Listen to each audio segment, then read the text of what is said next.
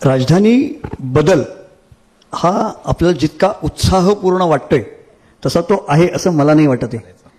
वास्तुपुरुष किंवा वास्तुशांती हा जो भाग आहे तो प्लॉटसाठी असतो. त्यासाठी तर घराच्या बाहेर देव्हारा ठेवू नये.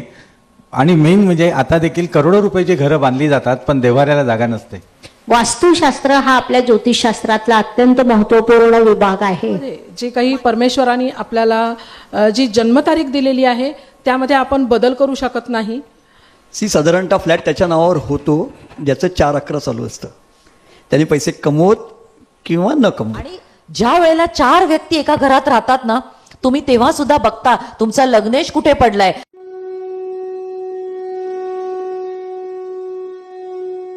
तर आत्ताचं आपलं सेशन हे अत्यंत वेगळं आहे. त्या सेशनचं मला सुद्धा टेन्शन आलेलं आहे, कारण की मी या सगळ्यांना प्रॉमिस केलेले आहे की माझे अभ्यासक खूप सखोल अभ्यास करतात, वर्षानुवर्ष अभ्यास करतात. तुम्ही जवळपास 4.5 वर्ष झाले संस्थेमध्ये अभ्यास करीत आहात. सगळे नियम तुमचे पाठ झालेले आहेत, अनेक पत्रिका तुम्ही पाहिलेल्या आहेत. त्याच्या पलीकडे जाऊन तुम्हाला काहीतरी शिकायचं आहे आणि म्हणून तुम्ही इथे आलेला आहे. बरोबर आहे? मी बरोबर बोलले की चूक बोलले? बरं झालं. तर आता तुम्ही कोणताच विचार करायचा नाही की आपण हा जो प्रश्न विचारतोय तो शास्त्रातल्या कोणत्या विभागातला आहे. मला विश्वास आहे की आमचे दिग्गज या शास्त्रातील कोणत्याही विभागातील कोणत्याही प्रश्नाचं उत्तम शास्त्रशुद्ध पद्धतीने उत्तर देतील. त्यामुळे आपण असं समजू नये की आपण वर्गात बसलोय, जोपर्यंत शिस्त पाळायची हे समजा वर्गात बसलंय, आवाज करू नका, खुर्च्या सरकवू नका, हलू नका, मोबाईल लावू नका. ती एक भूमिका संपली की असं समजा की आपण गुरुजनांच्या समोर बसलेलो आहोत आणि आपल्याला ज्ञान ग्रहण करायचंय. ज्ञान ग्रहण करणारा हा नेहमी नम्र असतो, विनम्र असतो, अभ्यासक असतो आणि या अभ्यासक ही त्याची सगळ्यात मोठी ताकद असते. त्यामुळे तुम्ही तुमचे कोणतेही प्रश्न कोणत्याही विभागातील कोणत्याही दिग्गजाला विचारा. मला हा विश्वास आहे की समोर बसलेले दिग्गज हे तुम्हाला शास्त्रातील कोणत्याही विभागातील कोणत्याही प्रश्नाचं 100% प्रॉपर उत्तर देतील की ज्यामुळे तुम्हाला पुढील शास्त्राचा अभ्यास, फलकथनाची दिशा या दृष्टीने उपयुक्त ठरेल. प्रश्न सार्वभौमिक असावे, वैयक्तिक नसावे. माझा हात, माझ्या हातावरची रेषा, माझी कुंडली हे नाही, सार्वभौमिक प्रश्न असावे. कारण की आता तुम्ही स्वतः सगळे मार्गदर्शक आहात. त्यांनी सुरुवात करायची आहे आणि आम्ही तुमच्या प्रश्नाची उत्तरं द्यायला इथे बसलेलो आहोत. तर एकेकाने हात वर करावं. मयुरी मॅडम तुम्हाला माईक देतील, त्यांच्या जवळ येऊन तुम्ही बोलू शकता. ठीक आहे? येताना उठताना खुर्च्या हलवू नका, आवाज करू नका. Please welcome. हाटेकर सर. काल जोशी सरांनी आपल्याला राजधानी चेंज करण्यासाठी सांगितलेलं, तर त्याच्यातलं एक कारण होतं की आपल्या देशाच्या कुंडलीमध्ये लग्नाची जी कुंडली आहे त्याच्यामध्ये राहू आहे, हे एक कारण असू शकतं. आणि बरेच त्यांनी काही क्लिष्ट पद्धती एक त्यांनी सांगितली, ती जरा सरांनी जर समजावून सांगितली तर बरं होईल. का ती राजधानी चेंज करावी? मेदनीय ज्योतिष हे स्वप्नवत असतं.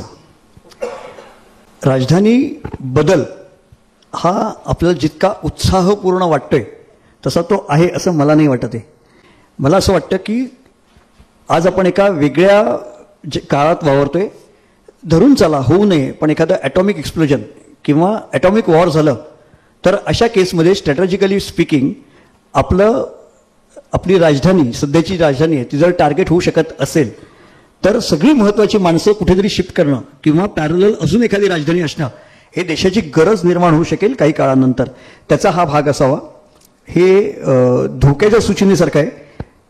सो आय थिंक की असे एक स्थिती, असा एक काळ येऊ शकतो जेव्हा भारत जागतिक युद्धाला सामोरा जातोय, तेव्हा भारताची महत्त्वाची माणसं एका वेगळ्या ठिकाणी आहेत आणि राजधानी एका ठिकाणी आहे, असं होऊ शकतं.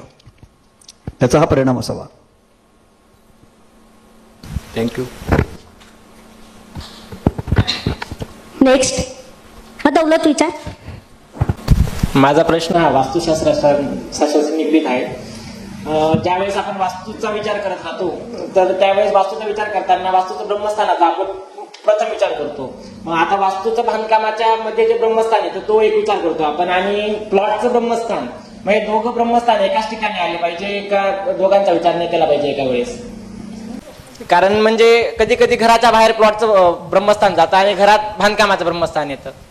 बरोबर आहे, प्रश्न देखील बरोबर. बऱ्याच लोकांना हा प्रश्न पडतो ज्यावेळेला बंगला करतात किंवा एका मोठ्या एरियामध्ये, म्हणजे अर्धा एक 20 गुंठेचा प्लॉट आहे, 10 गुंठेचा प्लॉट आहे आणि त्यामध्ये बंगला बांधायचा असेल तर ब्रह्मस्थान कोणतं कसं. वास्तुपुरुष ही जी संकल्पना आहे ही प्लॉटसाठी आहे.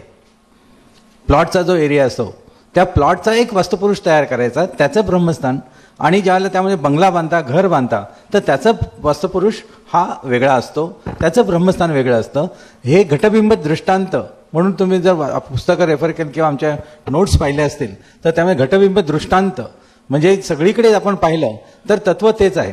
जसं दिल्लीकडे मोठं तलाव असेल आणि त्याच्या बाजूने जर आपण काही माठ ठेवले, त्यामध्ये पाणी भरलं आणि तिथे जर चंद्राचं प्रतिबिंब त्या तलावात पडलं तर त्या बाजूच्या माठांमध्ये पाणी भरलेल्या चंद्राचं प्रतिबिंब दिसतं त्याच वेळेला किंवा थोडंसं मागे पुढे. पण मुंबईमध्ये आपण जरी केलं, तलावाच्या बाजूने जर माठ ठेवले त्याच चंद्राचं बिंब पडतं तर ते चंद्र एकच आहे. तर तत्वानुसार त्यासाठी वास्तुपुरुष मंडळ आपल्या भारताचा एक सेम तसाच असतो. प्रमाण कमी होतं महाराष्ट्रामध्ये, महाराष्ट्रातून जळगावमध्ये, जळगावमधून आयर्न या रिसॉर्टमध्ये आलं तर त्याचा वास्तुपुरुष. पण तत्व प्रिन्सिपल सगळे तेच.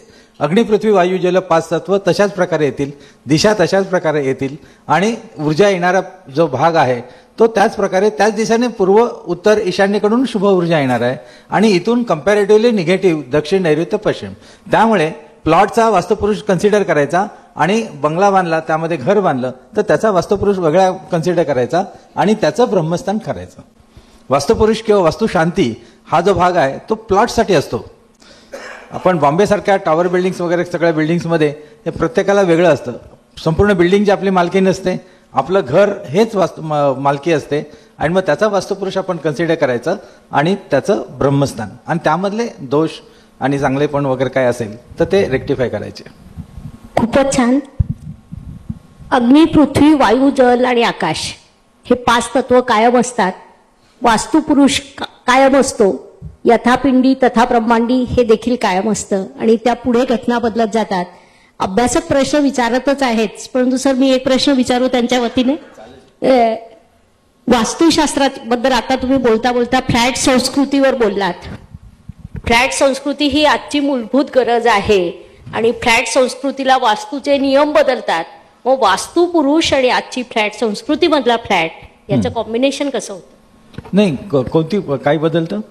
फ्लॅट संस्कृतीमध्ये वास्तूचे नियम सगळे बदलतात. कारण जर आपण उत्तर एंट्री घेतली तर आपली उत्तर दिशा पॅक होऊन जाते, पूर्व एंट्री घेतली तर पूर्व दिशा पॅक होऊन जाते आणि म्हणूनच आपल्याला एंट्रीची दिशा बदलावी लागते. ओपन असणं, पूर्व दिशा उत्तर दिशा जास्त महत्वाची. मग तिथे वास्तूचे नियम बदललेत. नियम बदलले असं नाही होते. आपण त्याची कोणतीही गोष्ट किती सेन्सिटिव्ह आहे ते पाहायला हवं. आपल्याला काय हवं, प्रायोरिटी ठरवता आली पाहिजे किंवा कोणत्या गोष्टीला महत्त्व द्यायचं हे ठरवलं पाहिजे. आता समजा एखाद्या क्लायंटला घर घ्यायचं आहे आणि तो जर काय म्हणतात त्याला दिवाळखोरीत निघाला असेल किंवा फायनान्शियल क्रायसिसमध्ये असेल तर अशा व्यक्तीला उत्तर दिशा ओपन, जी कुबेराची दिशा आहे ते ओपन असलेलं पाहिजे. तिथे दरवाजाचा विचार करून चालणार नाही. जसं एखाद्या घरामध्ये आरोग्य सारखं नसेल, चांगलं नसेल, सतत कोणतरी आजारी पडतं तर अशांना पूर्व दिशा ओपन असली पाहिजे, त्याला एनर्जी पूर्ण मिळाली पाहिजे, त्यावेळेला मग दरवाजा आपल्याला करायचं. ह्या सगळ्या गोष्टींचा मेळ घालणं हा विदिशा प्लॉट असताना फार त्रासदायक ठरतं आणि तिथे तुमचं एक्सपर्टायझेशन ठरतं की तुम्ही कोणत्या व्यक्तीला कोणता फ्लॅट देता.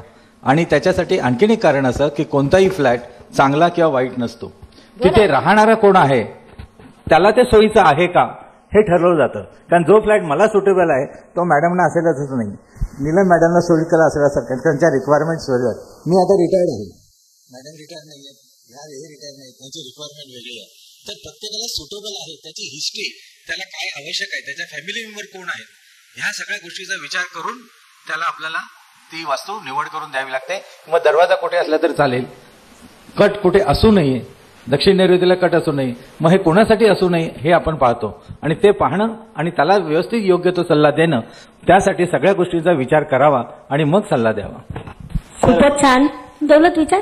अजून एक जोडून प्रश्न आहे विदिशा प्लॉटचा. तर विदिशा आता ज्यावेळेस आपण जोडून प्रवेश आपण काही बघत नाही की आपला प्लॉट हा 0 डिग्री किंवा 90 डिग्री नॉर्थ वरती आहे. असं जर तो विदिशा प्लॉट असेल तर मग तिथं वास्तू बांधण्यासाठी त्याच्यासाठी काही वेगळे नियम आहेत का तो प्लॉट मग आपण अशा वेळी घेताना अवॉइड केला पाहिजे? पहिल्यांदा विदिशा प्लॉट हा शक्यतो आतापर्यंत याच्याप्रमाणे विचार केला जुन्या पद्धतीप्रमाणे वगैरे किंवा पारंपरिक याच्याप्रमाणे, तर हे विदिशा प्लॉट हा याला दुय्यम दर्जा दिलेला आहे. आम्ही देखील फार वर्षापूर्वी देखील असं करत होतो.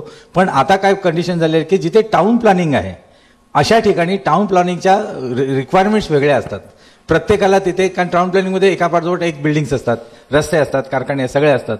तर त्यांना ते व्हेंटिलेशन चांगलं व्हायला पाहिजे, सूर्यप्रकाश सगळ्यांना मिळाला पाहिजे, म्हणून त्या ठिकाणी ती रचना तशी केली जाते. पण आता विदिशा प्लॉट ज्यावेळेला आपण ठरतो बघतो त्यावेळेला आपल्याला विदिशा प्लॉटमध्ये देखील कोणत्या दिशेला दरवाजा येतो, कोणत्या दिशेला टॉयलेट्स आहेत, कोणत्या दिशा ओपन आहेत, बंद आहेत, याचा विचार करून मग त्याला ते द्यावं लागतं. पण त्यासाठी कंपास तुम्हाला व्यवस्थित वापरता आलं पाहिजे. आणि उत्तर दुसरी गोष्ट, जर त्या विदिशा प्लॉटच्या जवळ मोठा रस्ता किंवा चांगला रहदारीचा रस्ता असेल तर त्या रस्त्यालाच आपल्या घराचं बांधकाम असलं पाहिजे. त्यासाठी 0 डिग्री 90 डिग्री करून त्याप्रमाणे करत बसायचं नाही. तो रस्त्यालाच पॅरलल असला पाहिजे. मग तो विदिशा असला तरी चालेल, नाहीतर त्रास आणखीन वाढतो. कारण ऊर्जा आणि त्याचं गतिमान तिकडचं प्रवाह जो असतो गाड्यांमुळे याच्यामुळे, तर त्याच्यामध्ये संघर्ष निर्माण व्हायची शक्यता असते. म्हणून कन्स्ट्रक्शन हे त्या मेन रोडला पॅरलल असावं.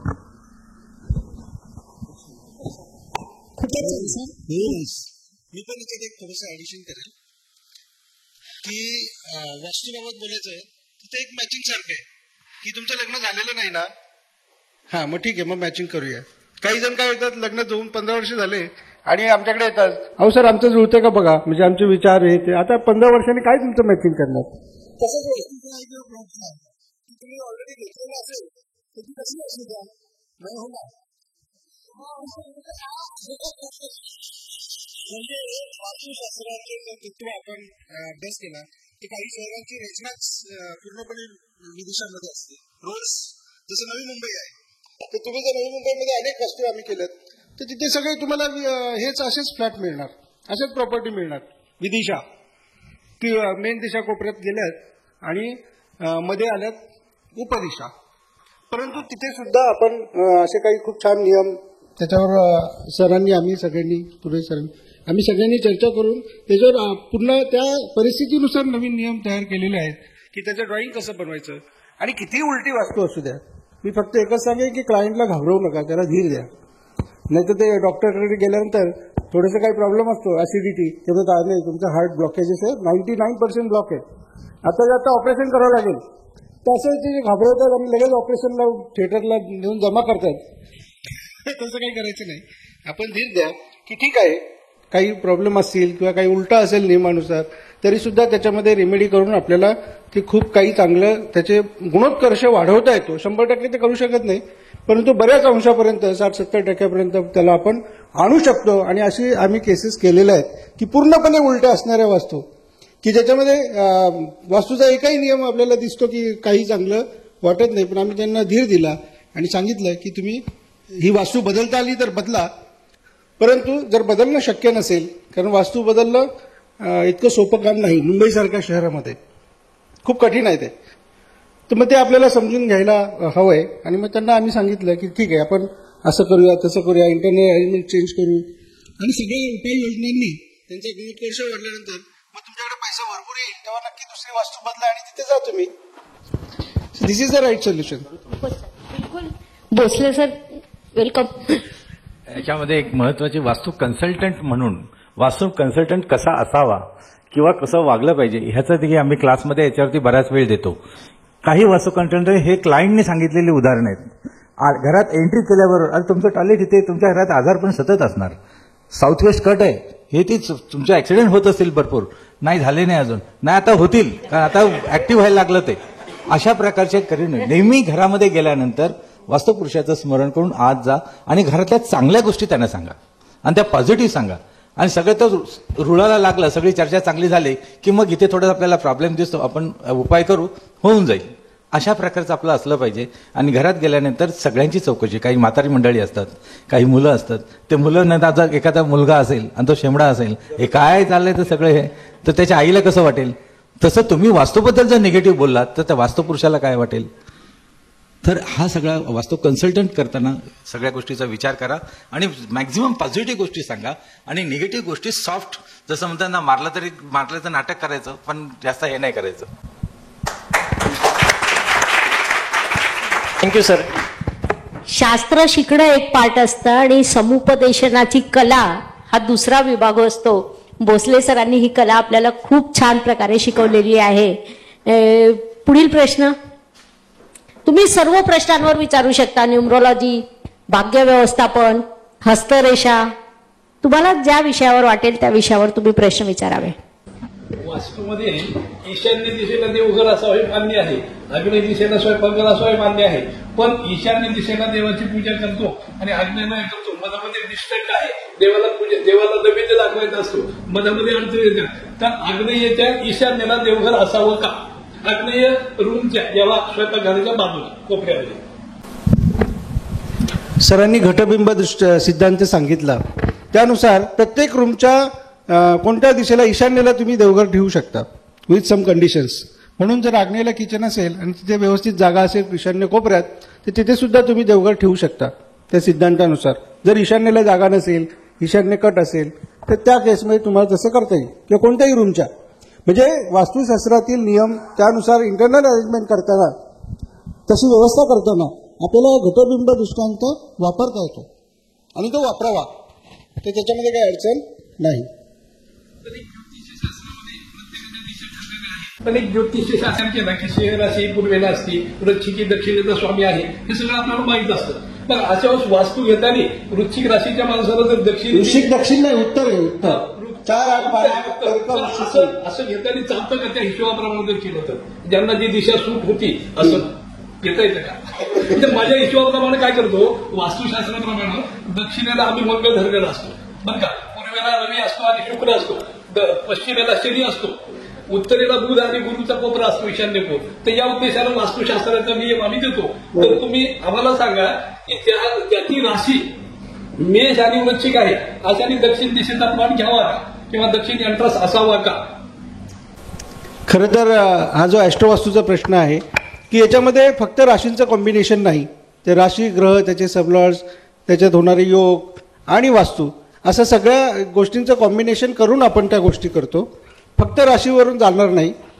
परंतु मी एक सांगेल की विशिष्ट वास्तुशास्त्राचा विचार अभिजित प्रतिष्ठानमध्ये करताना आम्ही तुमचं जे कार्यक्षेत्र आहे की कर्मक्षेत्र आहे, की मागे पण मी एकदा सांगितलं की तुम्ही जर वास्तुतज्ञ असाल तर एक टेक्निकल फील्ड म्हणून तुम्हाला साऊथचा एंट्रन्स हा सगळ्यात शुभ ठरतो. पण ज्योतिषी असाल तर मग ज्योतिषाला 4th हाऊस उत्तर दिशेचा एंट्रन्स हा सगळ्यात चांगला ठरतो. आणि जर दोन्ही करत असाल तर 2 दिशेला दरवाजे पाहिजे, 2. खूपच छान. यात मी थोडं ऍड ऑन अजून करेल. एक ग्रंथ आहे जातक पारिजात, अष्टक वर्गाचे खूप सुंदर नियम आहे. त्याच्यात व्यक्तिपरत्व कोणत्या दिशेला नेमकं काय हवं, मग त्याच्यात दरवाजा असेल, देवघर असेल, तुमचं किचन असेल, बेडरूम असेल, व्यक्तिपरत्व बदलणारे नियम हे अष्टक वर्गात आहे. त्याचे डिटेल नियम मी 72 मध्ये काही दिलेले आहेत. आणि त्याशिवाय त्याहून सखोल जर तुम्हाला जायचं असेल, माझी पुस्तकं तुम्ही आजच्या भाषेतली सोपी पुस्तकं म्हणून वाचा, परंतु सखोल जायचं असेल तर तुम्ही जातक पारिजात या पुस्तकावर जा. त्या पुस्तकात तुम्हाला परफेक्ट तुम्हाला तुमच्या व्यक्तिमत्वानुसार, तुमच्या कुंडलीनुसार, तुमच्या व्यवसायानुसार कोणत्या दिशेला काय असावं हा संपूर्ण प्लॅन आखता येईल. व्यक्तिपरत्व आहे. मॅडमनी जसं सांगितलं तसं सेम आहे. तुम्ही जसं मंगळ ग्रहाचा उल्लेख केला की मंगळ जर टेक्निशियन, इंजिनियर असेल, आर्किटेक्ट असेल तर त्याला दक्षिण दिशा ही नेहमी शुभ ठरेल. किंवा कॉस्मेटिक्सचा काही बिझनेस करणारे किंवा गार्मेंट्स वगैरेचा असेल, ज्वेलर असेल, रत्नवाले असतील, या सगळ्यांना दक्षिण दिशेचं द्वार हे सर्वात चांगलं आहे. त्याचबरोबर अथॉरिटी किंवा गव्हर्नमेंटमध्ये काम करणारे, राजकारणात काम करणारे यांच्यासाठी सुद्धा दक्षिण दिशाला द्वार असणं हे सर्वोत्तम आहे. तर तुमच्या मुद्द्याला धरून मी ते सांगितलं. याचं एक लाईव्ह उदाहरण सांगते. जळगाव सोन्यासाठी प्रसिद्ध आहे. हा, तुम्ही आता सराफात जा, सगळे दक्षिणमुखी शोरूम्स आहेत जे जे चांगले चालत आहेत.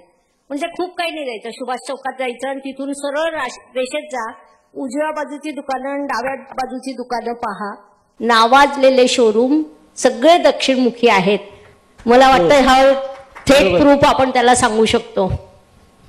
आणि कोणत्याही स्टेशनच्या वेस्ट बाजूला तुम्ही शॉपिंग सेंटर्स किंवा जे व्यवसाय उद्योग हे जास्त असलेले आपल्याला बघायला मिळतात. पूर्वेला जास्त रेसिडेन्शियल एरिया असतो आणि पश्चिमेला जास्त कुठेही जा सेंट्रल लाईनला गेलात तर तुम्हाला तसंच आढळून येईल की मी उल्हासनगरचं उदाहरण देईन की उल्हासनगरच्या पूर्वेला गेलात तर पूर्ण रेसिडेन्शियल एरिया आहे आणि पश्चिमेला गेलात की सगळं जो कपडा मार्केट आहे, फर्निचर मार्केट आहे, अमके मार्केट आहे, सगळ्या दुनियेचं इलेक्ट्रॉनिक मार्केट आहे, सगळे मार्केट हे वेस्टला तुम्हाला आढळून येतील. आणि हे सगळं तसंच दिसतं तुम्हाला पुढे पुढे जाताना सुद्धा. म्हणजे दादर जा, पुढे जा, तशाच पद्धतीने दिसतं. म्हणजे वास्तुशास्त्राचा हा प्रभाव किती खोलवर आहे हे आपल्याला समजून येतं. ग्रेट, खूपच छान.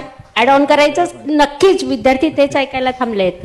त्यांनी म्हटलं की त्या राशीच्या व्यक्तीला त्या साईडचा दरवाजा द्यावा का. पहिली गोष्ट की आपल्या ऋषीमुनींनी हजारो वर्षापूर्वी दिव्य दृष्टीने काही गोष्टी मांडलेल्या आहेत ग्रंथ स्वरूपात, श्लोक स्वरूपात. त्या गृहीत धरूनच सगळ्या पुढे आज देखील आपण ते अनुभवतो. तर सुरुवातीला त्याला सायंटिफिक बेस जर आपण दिला आत्ताच्या काळात तर त्याला प्रायोरिटी. जसं आम्ही म्हटलं की पूर्व दिशा ओपन असायला पाहिजे, पूर्वेचा दरवाजा, उत्तर नसेल तर काय, समजा ते शक्य नसेल तर त्यामध्ये प्रदक्षिणा मार्गाने आतमध्ये एंट्री आहे का हे बघा. तेही जमत नाही मग त्याच्या जर तुम्ही पाहिलं की सगळं जमतंय, जसं याला काहीच जमत नाहीये तर मग राशी जमते का ते तरी बघा. म्हणजे काहीच नाही, वास्तूप्रमाणे कसं नाही, पण त्या एरियातच घ्यायचं आहे किंवा सासूंनी सांगितले की इथे माझ्या शेजारीच घर घ्यायचं, मग ते तुम्हाला घ्यावं लागेल. मग ते राशीप्रमाणे होते का, मनाचं समाधान करून मदत करत असेल तर घ्यायला हरकत नाही. अशा प्रकारचं ते आहे. आणि देव्हाऱ्याचं म्हटलं तुम्ही मगाशी कोणी विचारला प्रश्न की घरामध्ये देव्हारा जर कुठेच जागा नसेल तर किचनमध्ये देव्हारा ठेवायला हरकत नाही.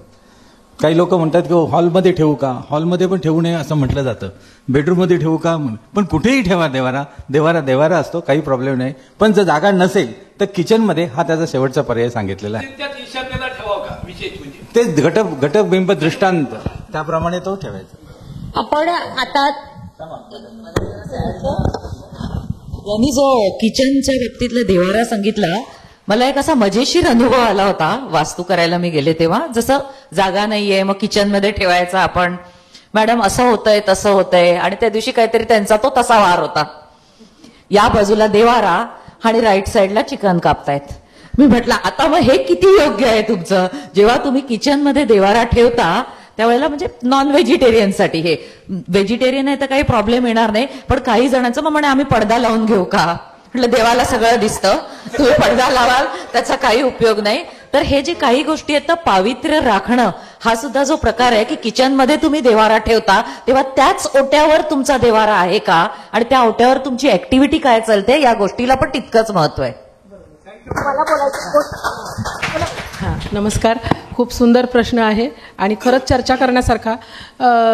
पहिलं तुमचं उत्तर सरांनी दिलेलंच आहे, फक्त ॲडिशन अशी करते की आग्नेय दिशेच्या ईशान्येला म्हणजे ती दिशा येते पूर्व आणि त्यामुळे पूर्व दिशेला देव्हारा चालेल, हा एक पार्ट.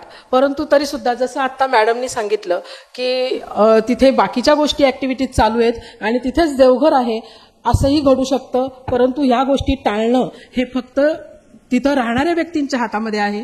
त्याचप्रमाणे अनेक वेळा देवघर हे किचन ओट्याच्या खालच्या बाजूला असतं आणि अशा वेळेस सुद्धा घरातली स्त्री तिथेच वावरत असते आणि घरातल्या स्त्रीच्या जे काही समस्या असतात त्या तिथे देवाच्या समोर चालताना वगैरे तिथं हे होतात.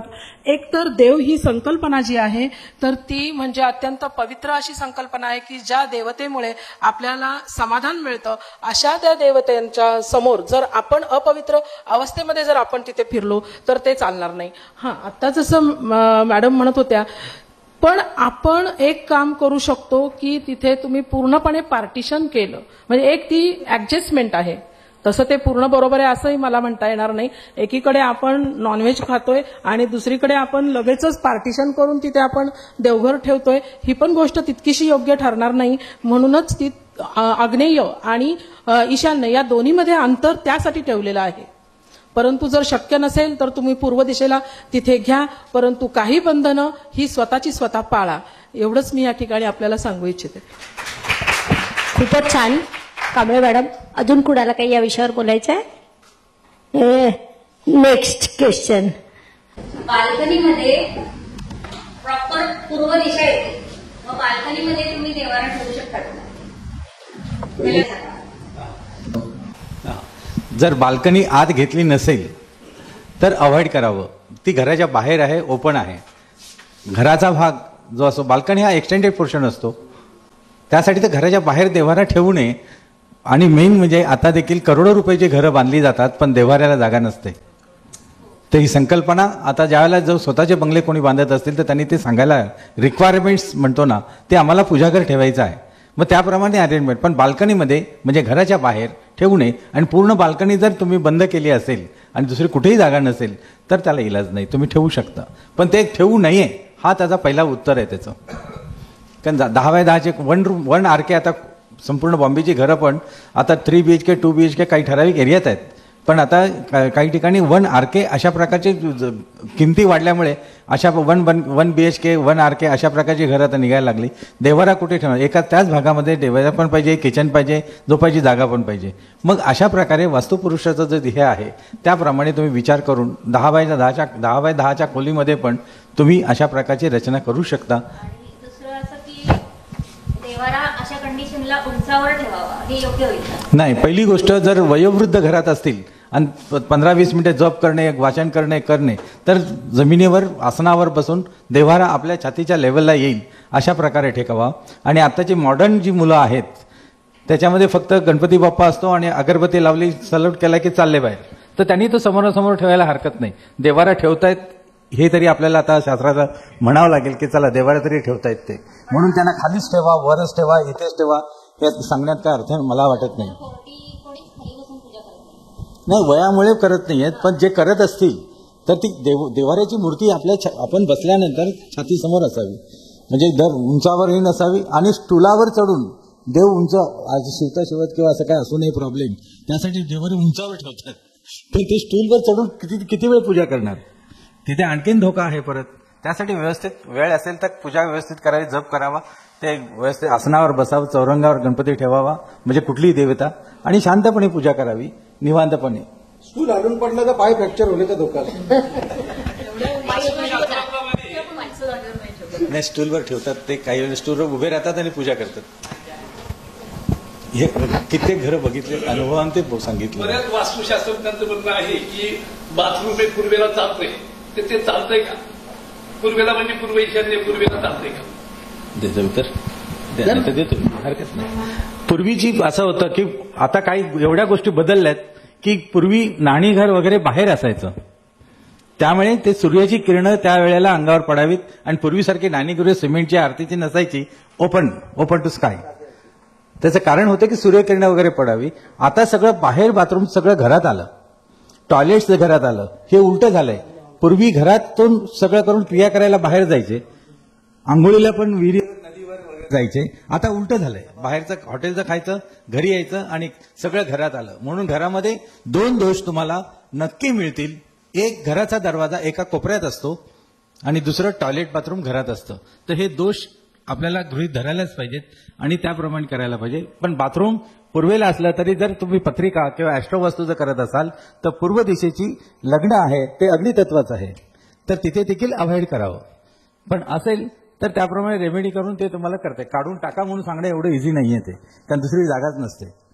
जागा असेल तर त्याप्रमाणे, बिल्डिंग असेल तर त्याची रचना वेगळी असते. सगळ्यांचं बाथरूम तिथेच असतात. तुम्ही एकट्याने बाथरूम हलवून फायदा नाही. वरच्याचं बाथरूम तिथेच आहे, खालच्याचं बाथरूम तिथेच आहे, तर तो रेडिएशन, त्याची जी हे असते, निगेटिव्हिटी असते, ती कॉम्प्रेस होते तिथे. म्हणून शक्यतो अवॉइड करावं. म्हणजे बंगला डिझाईन करायला आल्यानंतर पूर्वेला पाहिजे म्हणून पूर्वेला घ्यायची गरज नाही. ते पूर्व दिशा अवॉइड करायची आणि योग्य ठिकाणी. आता योग्य ठिकाण दक्षिण मध्य किंवा पश्चिम मध्य, आणि तिसरा पर्याय म्हणजे वायव्य, अशा ठिकाणी बाथरूम टॉयलेट घ्यायला हरकत नाही. पूर्वेच्या मध्यावर नसावं, आदित्य पदावर, कारण ते अग्नितत्वाचं आहे, ते तिथे चालणार नाही. बिल्डिंग पूर्ण झाल्यानंतर शास्त्र असं म्हणतात की वरती एखादी रूम तरी बांधायला पाहिजे. हे का एखादी रूमच का असं? बरं, काकांचं म्हणणं असं आहे की शास्त्रांच्या काही ग्रंथांमध्ये त्यांनी वाचन केलं किंवा त्यांना कसं कळलं की बिल्डिंग पूर्ण झाल्यावर वर एक तरी रूम बांधावी. याबद्दल काय सांगू शकता का? पहिल्या माळ्यावर, गच्चीवर, पहिल्या माळ्यावरती एखादी रूम असावी असं म्हणायचं का? बिल्डिंग पूर्ण झाल्यानंतर हा, दोन मजली जरी असली 3 मजली जरी असली तरी वरती एक रूम गच्चीवर नाही, याचा असं जो सहस्रपती सरांनी एक सांगितलेला आहे सिद्धांत की दक्षिण जड असावी, कारण निगेटिव्हिटी जी आहे तिथे ऍब्सॉर्ब केली जाईल, वजन वाढेल. त्यासाठी ते जर तुम्हाला कोणत्याही 1 माळ्याची बिल्डिंग असेल तर तुम्हाला दुसरा जर वरती फ्लोअर बांधायचा असेल तर बांधलीच पाहिजे असं नाही, पण बांधायची असेल तर ती दक्षिणेला बांधावी, कारण ती दक्षिण किंवा पश्चिम ही जड व्हावी म्हणून बांधलीच पाहिजे असं त्याला नाहीये. पण बांधायची असेल तर ती दक्षिणेला किंवा पश्चिमेला बांधावी, म्हणजे ह्या 2 दिशा जड होतील आणि निगेटिव्हिटी तिथल्या तिथे ऍब्सॉर्ब होईल आणि पूर्व उत्तर ईशान्येची पॉझिटिव्ह ऊर्जा ही त्या फ्लोअरला वरती छतावरती चांगली येईल. जर ह्याच्या उलट केलं तर पूर्वेला किंवा उत्तरेला जर वरचा मजला बांधला म्हणजे एक रूम बांधला तर त्यामुळे पूर्व दिशा ब्लॉक होईल वरच्या फ्लोअरसाठी, किंवा उत्तरेला बांधलं तर उत्तर दिशा ब्लॉक होईल. पूर्वेकडून येणारी प्राणिक ऊर्जा आणि उत्तरेकडून येणारी जैविक ऊर्जा ही त्याला मिळणार नाही वर राहणाऱ्या लोकांना. बांधलीच पाहिजे नाही, बांधायची असेल तर त्या ठिकाणी दक्षिणेला किंवा पश्चिमेला बांधावी. काय होतं ना की खूप वेळा आपण काहीतरी वाचलं की ते शास्त्राने म्हटलं असं नसतं, अनेक समज गैरसमजही पसरतात. त्यातला तो विभाग असू शकतो. बांधायची असल्यास कशा पद्धतीने बांधावी हे भोसले सरांनी आपल्याला खूप उत्तम मार्गदर्शन केलेलं आहे. वास्तुशास्त्र हा आपल्या ज्योतिषशास्त्रातला अत्यंत महत्वपूर्ण विभाग आहे, मान्य. आता आपण विषय थोडा बदलणार आहोत.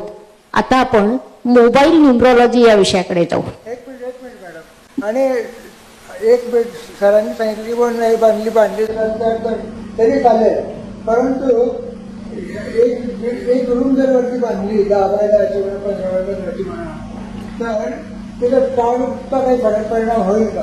म्हणजे हो, परिणाम होईल. आणि त्यासाठी सरांनी सांगितली की ती दक्षिण किंवा पश्चिमेला बांधा, म्हणजे संतुलन निर्माण होईल, निगेटिव्हिटी कमी होईल, सकारात्मक वेव्ज वाढतील. ओके. वास्तुशास्त्र महत्वाचं आहेच, मात्र आता आपण जे प्रश्न विचारणार आहोत ते मोबाईल न्यूमरॉलॉजी या विषयावर विचारणार आहोत.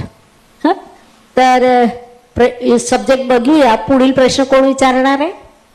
मराठे सर. असा प्रश्न विचारायचा आहे की आता जे घर घेतात ते दोघांच्या नावावरती असतं, त्यापैकी पेमेंट एक जण करतो आणि नाव पहिले दुसऱ्याचं असतं. तर ह्याच्यामध्ये कलेक्टिव्ह डेस्टिनीचा काही इफेक्ट होतो का आणि कसा होतो? आणि शिवाय की एखाद्याला घर लागत नाही तर तो मोबाईल पण चेंज करतो आणि मोबाईल चेंज झाल्यानंतर दुसऱ्याच्या नावाने घेतो पण इफेक्ट मिळत नाही त्या व्यक्तीला. तर दोघांनाही शुभ इफेक्ट मिळण्यासारखं असं काय करू शकतो किंवा कसं होऊ शकतं याबद्दल माहिती मिळाली तर खूप उपयोगात होईल. कारण भरपूर प्रॉब्लेम असतात. म्हणून काय करतात, काहींची एक घर असतं, आता अजून पैसे आहेत किंवा अजून इन्कम टॅक्स वाचवायचा आहे म्हणून दुसरं घर घेतो, पण स्वतःच्या नावाने घेत नाही, जोडीदाराच्या नावाने किंवा मुलाच्या नावाने घेतो, पण पैसे तो देत नाही. टॅक्सचा इन्कम टॅक्सचा लाभ तो घेतो किंवा तो मुलगा घेतो, पण पैसे हाच माणूस देत असतो. बरोबर. खूप छान आणि अभ्यासपूर्ण असा हा प्रश्न आहे. ऑलरेडी कुठल्या ना कुठल्या माध्यमातून पैसे वाचवण्यासाठी असेल किंवा इन्कम टॅक्ससाठी असेल, मनुष्य वेगवेगळ्या व्यक्तींच्या नावावर व्यवहार करत असतात. परंतु तरीही त्यांना रिझल्ट हे प्रत्येकाचे आहेत. परंतु प्रॉब्लेम असा आहे की शास्त्रामध्ये जे काही परमेश्वराने आपल्याला जी जन्मतारीख दिलेली आहे त्यामध्ये आपण बदल करू शकत नाही. जी वास्तू आपल्याला मिळालेली आहे त्यामध्ये बदल करू शकतो, परंतु तसं करण्याची आपली इच्छा नसते बऱ्याच वेळा. किंवा इतर ज्या काही उपाययोजना असतात, समजा आध्यात्मिक उपाययोजना असतील तर त्या काही दिवस आपण करतो आणि नंतर पुढील काळामध्ये त्या उपाययोजना करायच्या राहून जातात.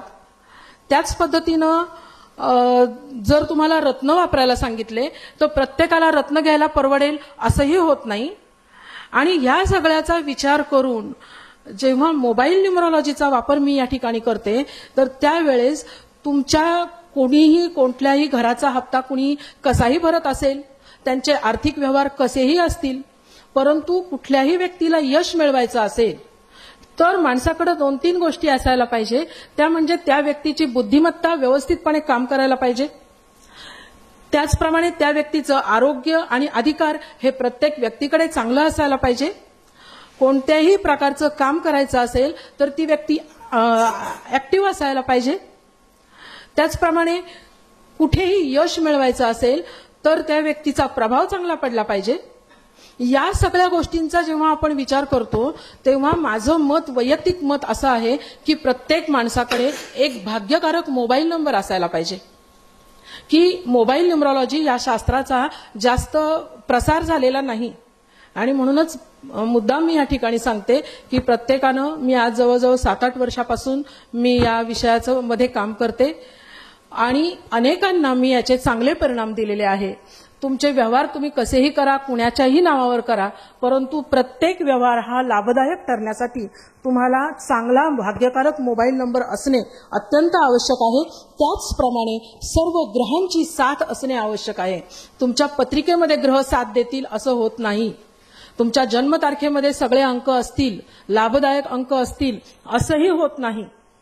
परंतु ते अंक, लाभदायक अंक आपण आपल्या मोबाईल नंबरमध्ये घेतले तर आपल्याला ते फायदेशीर ठरतात. एकूणच माझा अनुभव मला असा सांगतो की तुम्हाला लाभ मिळवायचा आहे आणि यश मिळवायचं आहे तर चांगला भाग्यकारक मोबाईल नंबर तुमच्याकडे असायला पाहिजे आणि तोही जर नसेल तर कमीत कमी भाग्यकारक पासवर्ड तरी तुमच्याकडे असायलाच पाहिजे. खूपच छान मॅडम. चारुशिला मॅडमांनी खूप चांगल्या पद्धतीने आपल्याला सांगितलंय. मराठे सरांनी जो प्रश्न विचारला की फ्लॅट एकाच्या नावावर असेल आणि त्याचा होणारा प्रभाव म्हणजे ऍस्ट्रॉलॉजी, वास्तू, न्यूमरोलॉजी आणि डेस्टिनी मॅनेजमेंट कनेक्टिव्ह कसं होईल, तर मला वाटतं या विषयात थोडंसं पुरोहित सरांनी मार्गदर्शन करावं असं मला अपेक्षित आहे. प्लीज. फ्लॅट कुणाच्या नावावर घ्यावा? साधारणतः फ्लॅट त्याच्या नावावर होतो ज्याचं 4 अकरा चालू असतं. त्याने पैसे कमवत किंवा न कमवत. ज्याच्या दशा निगेटिव्ह आहेत त्याने दुसऱ्या नावावर घ्यायला काहीच हरकत नाही. दिस वन ऑफ द सोल्युशन्स. पण ॲट द सेम टाइम मी असं म्हणेन की ज्याच्या दशा चांगल्या आहेत त्यांच्या नावावर लॉटरी घ्यावी. म्हणजे म्हाडाची लॉटरी आहे किंवा घरांची लॉटरी आहे तर त्यासाठी त्यांनी ॲप्लिकेशन करावं. जर ज्या ठिकाणी तुम्हाला असं वाटतंय की हे घर मी घेतलं तर चालेल का, हे मला लपवायचं आहे का, तर एंट्रन्सप्रमाणे ते बघा कसं ॲडजस्ट करता येते. वायव्येचा दरवाजा बघा किंवा उत्तरेचा दरवाजा बघा and then you can manage things accordingly. Right. खूपच छान. नीलम मॅडम यांनी याच्यावर थोडं अजून मतं द्यावीत असं मला अपेक्षित आहे. जसं मराठे सरांनी विचारलं की बा आम्हाला कलेक्टिव्ह डेस्टिनीसाठी काय करता येईल आणि पुरोहित सरांनी ऍड केलं. एकतर मगासपासून आपला वास्तू हा विषय चाललाय, प्रत्येक जण विचारतायत, पण एक लक्षात ठेवा, एक व्यक्ती त्या घरात राहत नाहीये. नवरा बायको दोघंही कमावणारे जर असतील तर मग हप्ते कोण देणार आणि पहिलं नाव जे आहे बँक कोणाला लोन देणार आहे तिथपासून हा प्रकार आहे. आणि लक फॅक्टर जे म्हणतो ना आपण, तिकडे कलेक्टिव्ह डेस्टिनी नेहमी काम करते. कारण एक माझं असं उदाहरण आहे, एक नवरा बायको विचारायला आले होते, अरे बरेच वर्ष मुंबईमध्ये आहोत आम्ही आणि घर होत नाहीये आमचं. ठीक आहे, मग आपण काय करतो, ऍज अ ज्योतिषी आपण त्यांच्या दशा बघणार किंवा काय. म्हटलं तुमचा मुलगा पण बरोबर आहे, जरा त्याची सांगा बघू कुंडली काय सांगते, बघ द्या मला त्याचं थोडंसं डिटेल. आणि त्याचं डिटेल बघितल्यावर जसं सरांनी सांगितलं त्याचं 4 अकरा चालत होतं. म्हटलं मग आता ह्याला डेस्टिनी मॅनेजमेंट सोल्युशन काय द्यायचं, इतकं लहान मूल तर काय जागा घेऊ शकत नाही. म्हटलं ज्या ज्या वेळेला जागा घ्यायला जाल, बिल्डरकडे जाल, या बाळाला तुम्ही बरोबर घेऊन जात जा. That can be a destiny management solution. आणि अगदी विक्रोळी सारख्या ठिकाणी, सामान्य ठिकाणी पण नॉर्मल मिडल क्लास जे होते त्यांचं 1 रूम किचनचं तरी घर झालेलं आहे. म्हणजे तुम्ही ना ह्या ज्या गोष्टी वास्तूच्या रूपाने जेव्हा बघता ना तेव्हा प्रॅक्टिकल अप्रोच जो आहे तो विसरायचा नाहीये. कर्ज कोण काढणार आहे, कर्ज कोणाला मिळणार आहे, तिथे किती जण राहणार आहेत. आणि ज्या वेळेला 4 व्यक्ती एका घरात राहतात ना तुम्ही तेव्हा सुद्धा बघता तुमचा लग्नेश कुठे पडलाय. आम्ही असं म्हणतो ना नॉर्थ वेस्टचा कोपरा, म्हणजे तो बाहेर तिकडे जर गॅलरी असेल तर तो माणूस तिकडेच राहणार. मग माहिती नाही समोरच्या कोणाला शिळ पण घालत असेल किंवा आणखीन काय, पण नॉर्थ वेस्ट तुमचं 5म स्थान ते सुद्धा तुम्हाला बघायला पाहिजे. आणि म्हणतो आपण की लग्नेश जिथे बसलाय तो कोपरा तुम्हाला घरातला सगळ्यात जास्त आवडतो. मी लहान विद्यार्थ्यांच्या जेव्हा ट्युशन्स घेत असायचे तेव्हा एक गमतीशीर उदाहरण बघायचं. कधी कोणी टीचर आज आप घर में आई है तर देखिए मेरी बेबी क्या कर रही है. ती मुलगी पूर्णपणे दाराकडे पाय टाकून अशी झोपलेली असायची, आली नाही अजून ट्युशनला. 5वीतलं मूल. ठीक आहे, काय आवडतंय, त्यांचा जिथे लग्नेश बसलेला आहे तिथेच त्यांना आवडतं बसायला. तुम्ही हे फाइंड आउट करा. त्यामुळे ऍस्ट्रो आणि वास्तू हे कॉम्बिनेशन पण आहे, पण जे प्रश्न विचारले जातात त्याच्यामध्ये प्रॅक्टिकल अप्रोच हा कधीही विसरायचा नाहीये. थँक्यू. खूपच छान. Next Atekar sir. न्यूमरोलॉजीवर प्रश्न आहे. काल मॅडमने सांगितलं कॉम्बिनेशन आहे की मुलगा कदाचित अभ्यासामध्ये बिझी असेल, तो पॅरेंट्सला कनेक्टेड नसेल किंवा खेळामध्ये बिझी असेल. 2-3 सेकंड 2-3 जर 2-3 असेल तर तो कदाचित फॉरेनला असू शकतो किंवा कुठे इंडियामध्ये कुठेतरी लांब असू शकतो. आणि 2-3 असेल तर चान्सेस ऑफ प्रेग्नन्सी किंवा चान्सेस ऑफ मूल होण्याचे चान्सेस खूप कमी असतात. समजा मी हे 3-2 केलं तर त्याचे रिझल्ट खूप पॉझिटिव्ह येतील का पॅरेंट्स आणि चाइल्डच्या बाबतीत?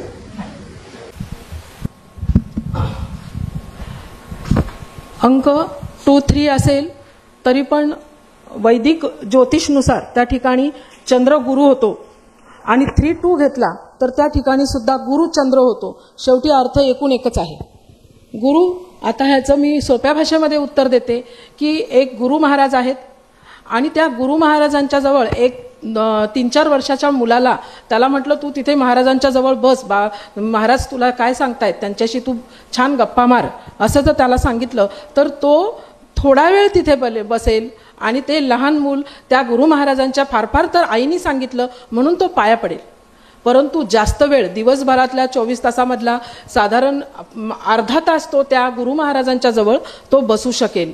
तो जास्त वेळ महाराजांच्या समोर बसेल का? नाही बसणार. आणि ही अगदी साधी समजून घेण्यासारखी गोष्ट आहे की कुठली व्यक्ती कुणाबरोबर जास्त वेळ रमते. जसं का आपण ह्याच्या आधीच्या लेक्चरमध्ये पाहिलं की जोडीदार पाहायला पाहिजे, शेजारचा अंक पाहायला पाहिजे. तर कुठली व्यक्ती कुणाबरोबर जास्त वेळ रमते तर एखादं छोटंसं मूल एखाद्या गुरु महाराजांच्या बरोबर जास्त वेळ रमणार नाही. आणि म्हणून 2-3 हा म्हणजे तसं पाहिलं तर गुरुचंद्र हा ज्योतिषशास्त्राच्या दृष्टिकोनातून राजयोग आहे. परंतु असं असलं तरी सुद्धा मोबाईल न्यूमरॉलॉजी किंवा अंकशास्त्र या दृष्टिकोनातून हा योग दिसायला तो चांगला आहे. कारण गुरु काय करतील? आपल्या मुलांचं, आपल्या शिष्यांचं ते कल्याणच करतील. मग हे जे त्यांची मुलं म्हणजे चंद्र आपण धरूया तर ते काय करतील की ते मुलं परदेशात असतील, खूप जास्त पैसा कमवतील. जेव्हा एक वेळा 2-3 किंवा 3-2 तुम्ही विचारल्याप्रमाणे 2-3 किंवा 3-2 दोन्हीही जरी असेल तरी सुद्धा ते मूल त्या गुरु महाराजांच्या बरोबर जास्त वेळ रमणार नाही. ते मूल अभ्यासाच्या किंवा इतर क्लासेसच्या दृष्टिकोनातून आई वडिलांपासून किंवा गुरूंच्या पासून गुरुतुल्य व्यक्तींपासून बाहेर असेल. जास्त वेळ तो त्यांच्याबरोबर राहणार नाही. मग 2-3 हा अंक किंवा 3-2 हा अंक 2 वेळा तिथं मोबाईल नंबरमध्ये आलेला असेल तर ते मूल परदेशात किंवा भारतात दूरवर असणार आहे. आता इथेही मी काल काही नंबर पाहिले, बऱ्याच जणांच्या ह्याच्यामध्ये 2-3 आहे किंवा 3-2 आहे, त्यांची मुलं परदेशातच आहेत. मग कुठलीही गोष्ट एका प्रमाणात असली पाहिजे. प्रत्येक आईवडिलांना वाटतं आपल्या मुलाचं कल्याण व्हावं, आपली मुलं परदेशात असेल तर ती एक प्रतिष्ठेची बाब समजली जाते. खरं तर मुलांचा विरह आईवडिलांना होत असतो, परंतु तो बाजूला ठेवून आपली मुलं परदेशात आहेत यामध्ये आईवडील सुख मानतात. 2-3 असेल किंवा 3-2 असेल त्यांची मुलं परदेशात असतात. परंतु जेव्हा तोच अंक 3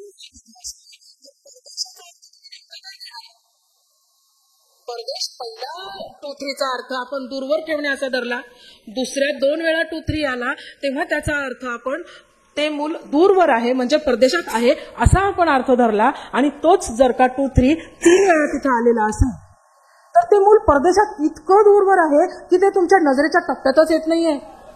त्या आईला प्रेग्नन्सीच राहू शकत नाहीये. आणि अशी घटना 2-3 किंवा 3-2 या दोन्ही अंकांमुळे घडते. तर त्याच्या मागचं जे लॉजिक आहे ते एवढंच आहे, छोटंसं लॉजिक आहे की एका गुरुतुल्य व्यक्तींच्या बरोबर एखादा छोटंसं 2-3 वर्षाचं मूल फार वेळ राहू शकत नाही. त्यांच्याबरोबर ते जोडीदार म्हणून जास्त वेळ रमणार नाही. आणि हे त्याच्या मागचं लॉजिक आहे. आणि म्हणून आपल्याला जेव्हा 2-3 जर समजून घ्यायचा असेल किंवा मूल का होणार नाही किंवा मुलाचा सहवास का कमी मिळेल हे आपल्याला या उदाहरणाच्या माध्यमातून समजेल. खूपच छान चारुशीला मॅडम. नेक्स्ट मॅडम जरा ह्याच्याच पुढचं जर हे करायचं असेल, समजा काही पालकांना वाटतं की मुलं जाऊ नये परदेशी पण त्या मुलांना जायचं असतं. कारण हल्लीच्या मुलांना ते काय एमएस करण्यासाठी बऱ्याच युएस किंवा फॉरेनला जायचं असतं. पण पालकांना वाटत असतं की त्यांनी जाऊ नये, त्यांचा एकच मुलगा असतो आणि त्यांनी तिथं राहावं. तर त्यासाठी काय कॉम्बिनेशन असायला पाहिजे की जेणेकरून त्या मुलाला हा नंबर किंवा ते तुम्ही आता 2-3 आणि 3-2 निगेटिव्ह पॉझिटिव्ह पॉझिटिव्ह काय असेल? कसं आहे, पहिली गोष्ट ज्याच्या नशिबात जे आहे तेच घडतं. एखाद्या मुलाला जर का परदेशात जायचंय तर तो परदेशात जाणारच आहे. अशा वेळेस ॲटोमॅटिकली आईवडिलांच्या मोबाईल नंबरमध्ये तशा प्रकारचे अंक हे असतातच. फक्त 2-3मुळेच मूल परदेशात जाईल असं नाही, इतर अंकसुद्धा तसेच आहेत. उदाहरणार्थ 2-9 हा सुद्धा अंक तसाच आहे. 2 म्हणजे हा मंगळचंद्र तिथं होतो किंवा चंद्रमंगळ लक्ष्मी योग तिथं होतो, त्यामुळे सुद्धा तसं होतं. कुठल्या ना कुठल्या अंकामुळे ते मूल तिथे जातं, जर त्याचे नशीब तसं असेल तर. मग हे जे पालक आहेत त्यांनाही ही गोष्ट लक्षात येत नाही की आपण आपला मोबाईल नंबर बदलून घ्यावा. ते सुद्धा त्या पद्धतीनंच किंवा त्यांच्यापर्यंत ती गोष्ट पोहोचतच नाही. अशा वेळेस ज्या वेळेस जी घटना घडायची आहे ती घडतेच. परंतु तरी सुद्धा तुमच्या म्हणण्यानुसार जर का तुम्हाला तुमची मुलं तुमच्या जवळ हवीच असतील, की आता हा विषय तुम्हाला समजलेला आहे आणि तुम्हाला असं वाटतंय की आपण आपली मुलं जवळ ठेवली पाहिजे, पहिली गोष्ट तर मुलाचं व्ययस्थान पहा. मुलाला जर का परदेशात जाण्याचे योग असतील तर मुलं जाणारच आहेत परदेशात. तरीही तुम्हाला मूल जवळच हवं असेल तर तुम्ही 3-1 सारखे अंक तुमच्या मुलांच्या मोबाईल नंबरमध्ये असतील तर मुलांना ते समजण्याची व्यवहार ज्ञान त्यांच्याकडे येईल. 3मुळे त्यांच्याकडे व्यवहार ज्ञान येईल की आपल्या आईवडिलांना सांभाळायला कोणी नाहीये आणि म्हणून आपण आईवडिलांच्या बरोबर राहायला पाहिजे. मग एकतर त्या मुलांच्या डेस्टिनीमध्ये जर असेल की परदेशात जायचं तर ते मूल आईवडिलांना घेऊन परदेशात जाऊ शकेल. त्याचप्रमाणे एक जर असेल तर मुलाला अधिकार किंवा जबाबदारीची जाणीव त्यामध्ये होईल आणि ते मूल आपल्या आईवडिलांची जबाबदारी घेईल. त्यामुळं मोबाईल न्यूमरॉलॉजी मधले जे भाग्यकारक अंक हे प्रत्येकाला काय हवंय त्यानुसार सुद्धा तुम्ही ते अंक देऊ शकता. खूपच छान. अभ्यासकांनी उत्तम प्रश्न विचारले, दिग्गजांनी सुंदर उत्तरं दिली. आज आपण आपल्या संस्कृतीतील उपनिषद पॅटर्नचा आनंद घेतला, परंतु साखर तेवढीच घ्यावी, एका प्रमाणात घ्यावी आणि शिवाय आपल्याला दिवसभराचे कार्यक्रम मॅनेज करायचे आहे. आता आपण थांबणार आहोत.